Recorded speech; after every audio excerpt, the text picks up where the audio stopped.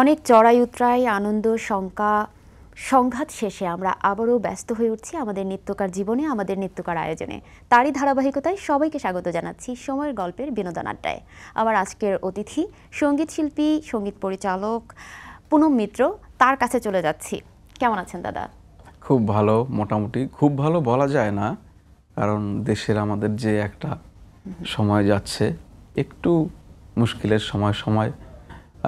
তো আমার আহ্বান কি সবাই এই সময়টায় একটু সামলে থাকুক, যে যেখানে আছে সুস্থ থাকুক। হ্যাঁ, আসলে একটার পরে একটা আমরা অনেক ধরনের অস্বস্তিকর পরিবেশ বলবো, বা যে ধরনের পরিবেশের জন্য আমরা প্রস্তুত ছিলাম না, অনেক কিছুই হচ্ছে। তবে সামনে নিশ্চয়ই একটা ভালো দিনের প্রত্যাশাই আমাদের সবসময় ছিল এবং থাকবে। এবং সেই ভালো দিনের প্রত্যাশার শুরুটা যেমন সুন্দর হোক, আজকের আয়োজনটাও তেমনই সুন্দর কিছু দিয়ে হোক। শুরুতেই দাদা, আমি আসলে ভাবছিলাম যে কি দিয়ে আজকের আয়োজনটা শুরু করা যায়, কোন কথা দিয়ে। আপনি যেহেতু গানের মানুষ, আমার মনে হয় গান দিয়েই শুরুটা হোক আজকের আয়োজন। আচ্ছা, তাই হোক, একটা গান দিয়ে শুরু করি। সবার পরিচিত একটা গান দিয়ে শুরু হলে মনে হয় ভালো হবে। চমৎকার লাগলো গানটা। Thank you. একদম এই মুহূর্তে আপনার এই সময়ে, এখনকার সময় আর কি, যে ব্যস্ততা বা কি করছেন, একটু দর্শকদের উদ্দেশ্যে যদি বলতেন। এই মুহূর্তে লাস্ট 2 মাসের কাছাকাছি বলবো যে আমরা একটু গান বাজনা থেকে দূরেই আছি। বলবো দূরে বলতে তোমার ধরো মানুষের গান শোনার ঠিক ওই মেজাজটা এই মুহূর্তে নেই, মানে দেশের যে একটা পরিস্থিতি গেল। তবে আবার আস্তে আস্তে সময়টা ফিরে আসছে, আমি আশা করি আস্তে আস্তে এই সব কিছু সংস্কার হওয়ার পর আমরা আবার পুরো উদ্যমে আবার শুরু করব। তো এই মুহূর্তে বেশ কয়েকটা কাজের মধ্যে আছি আমি। যেমন রিসেন্ট কয়েকটা গান বানালাম বলতে আমার সুর এবং কম্পোজিশনে। একটা গাইবেন এই সোমবারই গাইবেন ফাহমিদ আপা, আর একটা গাইবেন আবিদা সুলতানা আপা, আর একটা গাইবেন মনির খান। এই 3টা গান এই মুহূর্তে একদম অনগোয়িং প্রসেসে আছে। আরো কিছু কিছু গান আসছে, সামনে আসছে, মানে তাহলে কি সঙ্গীত পরিচালনাটাই কি বেশি হচ্ছে এখন গাইবার থেকে? সঙ্গীত পরিচালনা সবসময় আমার লিস্টের 2 নম্বরে। কারণ 1 নম্বরে হলো গানটা গাওয়া। গানটা আমি গাই, যেহেতু গানেই পড়াশোনা। আচ্ছা আচ্ছা। সেই ক্ষেত্রে গানটা নিয়েই প্রথম কথা। এরপরে বাংলাদেশ বেতারে সঙ্গীত পরিচালক হিসেবে অ্যাটাচ হওয়ার পর থেকে এই সাবজেক্টটা একটু আসছে বেশি। আচ্ছা আচ্ছা। তো এটাও আমি খুব এনজয় করি। আচ্ছা, ওই যে সংস্কারের কথা বলছিলেন, সংস্কারের কথা ধরেই যদি একটু জানতে চাই, যে একজন সঙ্গীত শিল্পী একই সাথে সঙ্গীত পরিচালনাও করছেন, সেই জায়গা থেকে আসলে এখন নতুন করে যে সংস্কারের বিভিন্ন পর্যায়ে সংস্কার হচ্ছে, এই দুটো জায়গাতে আসলে আপনি কি ধরনের সংস্কার চান? এটা একটা খুবই যৌক্তিক প্রশ্ন এই সময় দাঁড়িয়ে আমি বলবো। কারণ এই স্বাধীনতার 54 বছরে অনেক কিছু পরিবর্তন হয়েছে, কিন্তু সঙ্গীত শিল্পী কিংবা যন্ত্রশিল্পী কিংবা নৃত্যশিল্পী বা যে কোনো ধরনের শিল্পী, এদের কিন্তু তেমন কোনো পরিবর্তন জীবনযাত্রায় বা পেমেন্ট প্রসেসিংয়ে, যেটা দিয়ে তারা জীবন নির্বাহ করে, এতে আসেনি। তো এই সময় দাঁড়িয়ে সবাই যেহেতু সংস্কার চাইছে, তো আমাদের শিল্পাঙ্গনের মানুষের তরফ থেকে একটা বড় চাওয়া যে আমরা আমাদের পেশার স্বীকৃতিটা চাই, যাতে একজন মানুষ বলে না যে আর কি করেন। সবসময় আমাদের এই সমস্যাটা ফেস করতে হয় কি যে আচ্ছা আমি গান করি, এবং পরবর্তী প্রশ্নটাই করে যে আর কি করেন। এই আর কি করেন থেকে আমরা বেরিয়ে যেতে চাই। কারণ এটা আসলে গান বাজনাটা তো চট করে হয় না। এটা তো একজন যন্ত্রশিল্পীকে একটা যন্ত্র বাজাতে হলে তাকে দীর্ঘদিন সাধনা করতে হয়। সেইখানে মানুষ যদি বলে যে আচ্ছা আপনি কিবোর্ড বাজান আর কি করেন, কিংবা আপনি যে পারকাশন বা রিদম বাজান আর কি করেন, আচ্ছা, এটা একটা দুঃখজনক ইস্যু।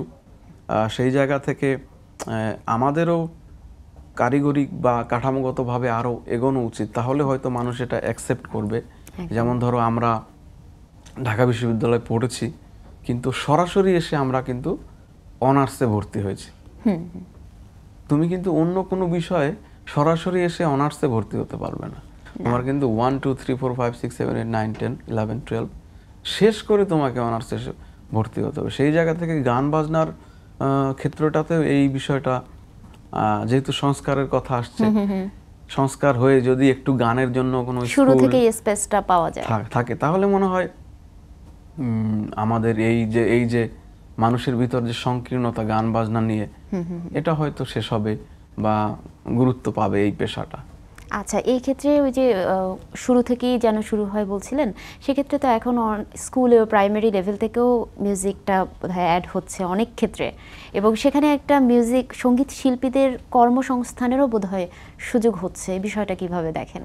এইটা কিন্তু এখনো কোনো প্রজ্ঞাপন জারি হয়নি আচ্ছা। আমার জানা মতে।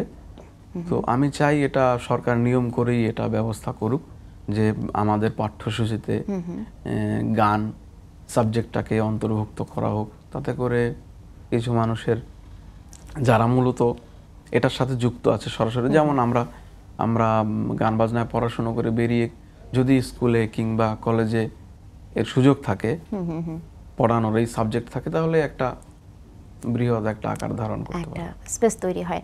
আচ্ছা, আমরা আবারও একটা গান শুনবো, তবে গানের আগে আপনার এই যে দুজন টিমমেট, তাদের পরিচয়টা আসলে আপনার কাছ থেকেই একটু দর্শকদের উদ্দেশ্যে জানাতে চাই। ডান দিকে আছে নিউটন কিবোর্ডে, আর অক্টোপ্যাডে আছে আওলাদ।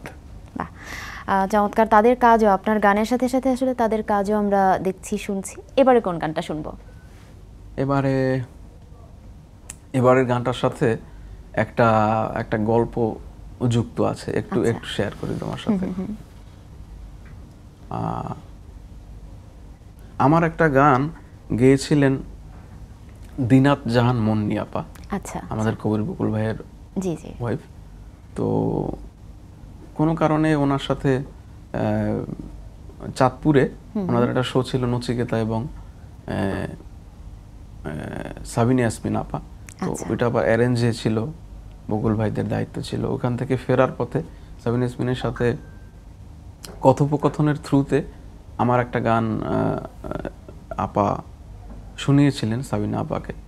তো আপা জিজ্ঞাসা করছিল যে আপনি ইদানিং গান কম করেন বা করেন না, এর কারণ কি? বললো যে ওইভাবে ভালো কথা সুরের তো গান পাওয়া যাচ্ছে না।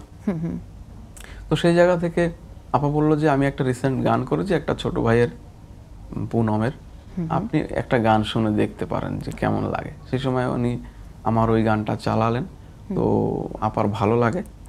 ভালো লাগার পরে আমার সাথে হয়তো কথা বলার একটা আগ্রহ প্রকাশ করেছেন। তো আমি পরের দিন সাবিনা আপার সাথে আমার কথা হয়, তো বলল যে তোমার গান শুনেছি, খুব ভালো লেগেছে। এটা আমার জন্য অনেক বড় একটা বিষয় ছিল, কারণ ছোটবেলা থেকে যাদের গান শুনে আমরা বড় হয়েছি, তাদের সাথে কথা বলা একটা এক্সাইটমেন্টের বিষয়, কাজ করা একই সাথে আরো সৌভাগ্যের। রুনা লালা ম্যাম, সাবিনা ইয়াসমিন ম্যাম, ওনারা তো লেজেন্ডারি। একদম। তো বললো যে ঠিক আছে, আমার জন্য তুমি দুটো গান রেডি করো, আমি একটু সিঙ্গাপুর যাব, সিঙ্গাপুর থেকে ফিরে এসে গান করব। আচ্ছা। তো ওনার জন্য দুটো গান বলেছিল করে একটু আমাকে পাঠিও কি করলে। তো আমি দুটো গান করলাম, দুটো গানই ওনার পছন্দ হয়েছিল। ওর মধ্যে থেকে একটা গান একটু শোনাই। শিওর শিওর, শুনি।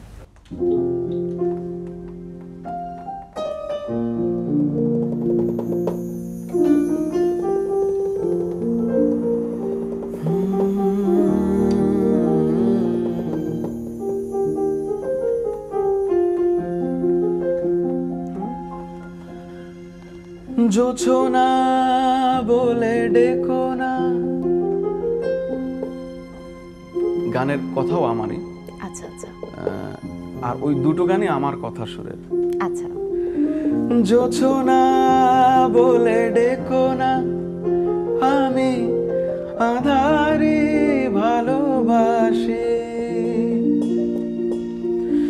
জোছনা বলে ডেকো না, আমি আধারে ভালোবাসি।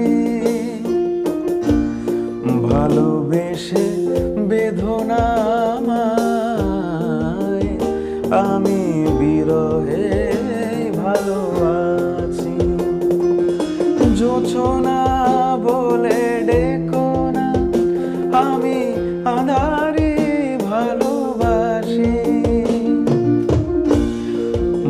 ভালোবেসে বেদনা আমায়, আমি বিরহে ভালো আছি। জোছনা বলে ডেকো না,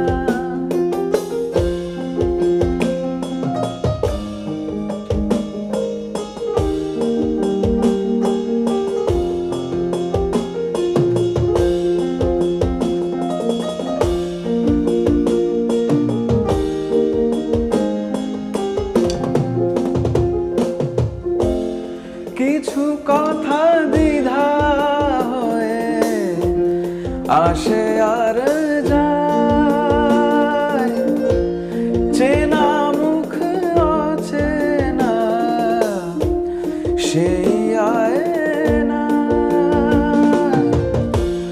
কিছু কথা দ্বিধা হয়ে আসে আর যায়, চেনা মুখ অচেনা সেই আয়না। কত কথা বলাই তো যায়, তবু না বলে ভালো আছি আমি। কত কথা বলাই তো যায়, তবু না বলে ভালো আছি। জোছনা বলে ডেকো না, আমি আধারে ভালোবাসি। জোছনা বলে ডেকো না, আমি আধারে ভালোবাসি। ভালোবেসে বেদনা আমায়,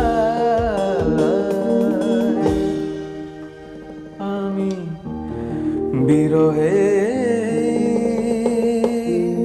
ভালো আছি। বাহ, কত কথা বলাই তো যায়, তবু না বলেই ভালো আছি। কি দারুণ উপলব্ধি! যেমন কথা, সুর এবং একই সাথে থ্যাংক ইউ। গায়কীর সম্মেলন, দারুণ, চমৎকার।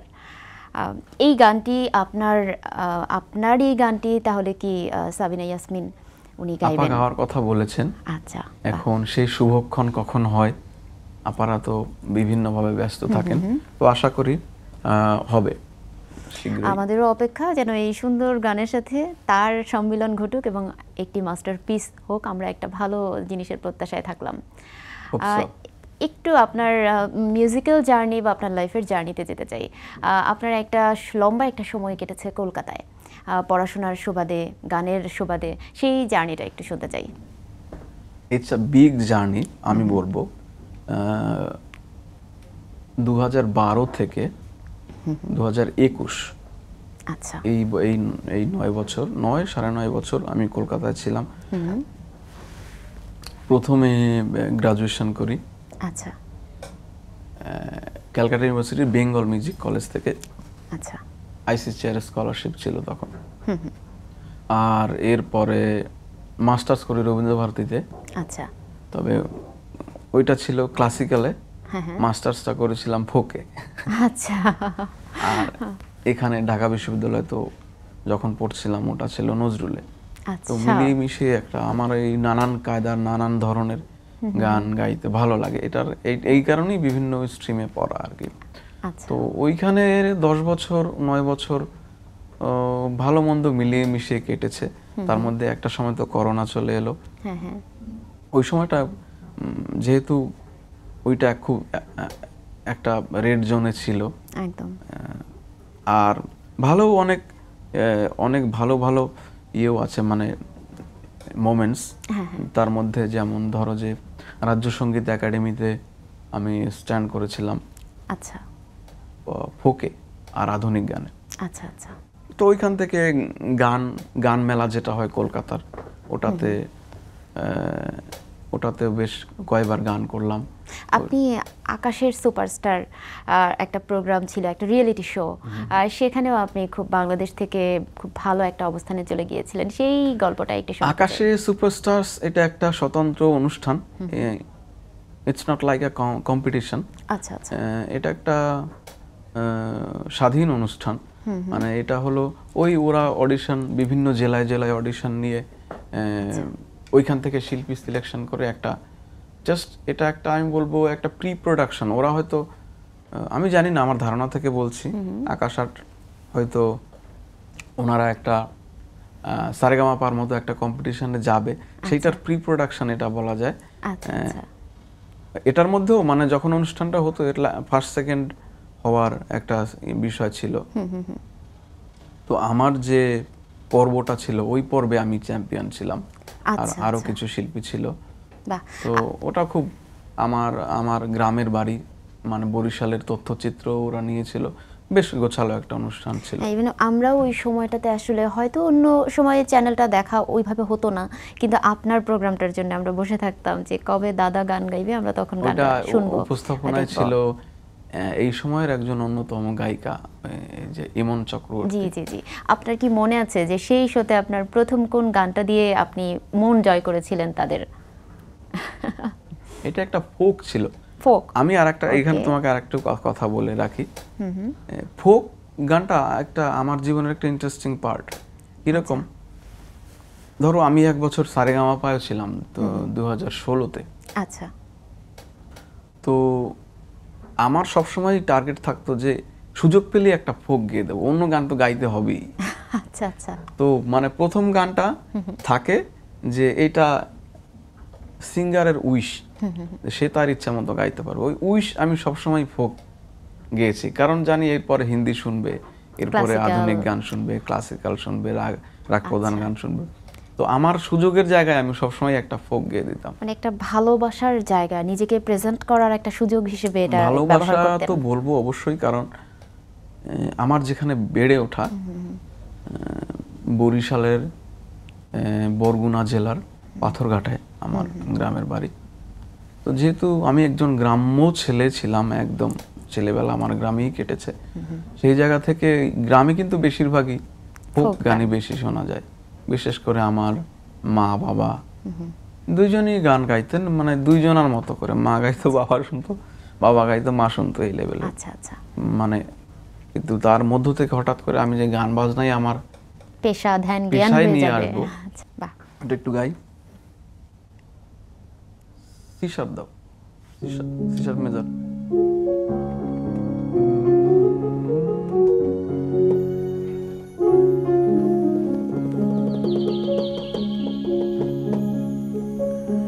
তোরে রং দিল কি সোনা দিল,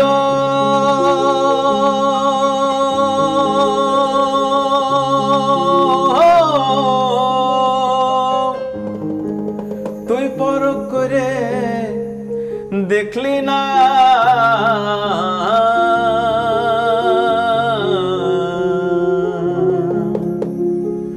গুরু তোরে কি ধন দিল, বুঝলি না মোনা। ডং ডং ডং ডং ডং।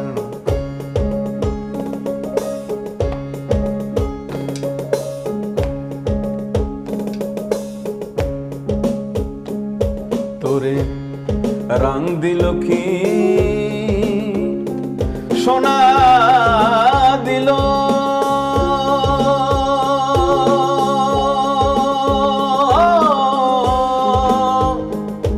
তুই পরখ করে দেখলি না, গুরু তোরে কি ধন দিল, বুঝলি না মোনা। গুরু তোরে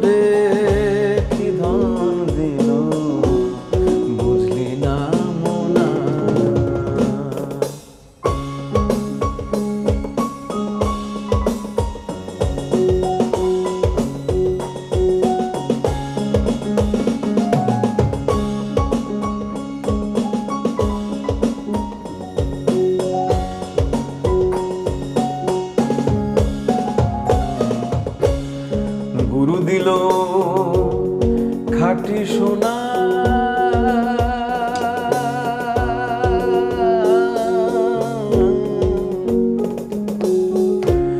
রং বলে তোর জ্ঞান হইল না ওরে দিন কানা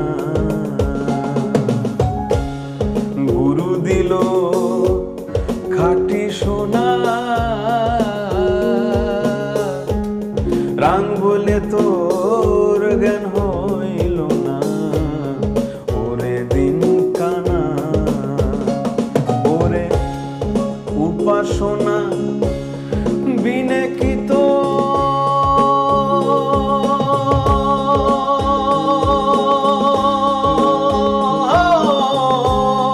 মিলবে রে রূপা সোনা গুরু তোরে কি ধন দিল বুঝলি না মোনা তোরে রং দিল কি সোনা দিল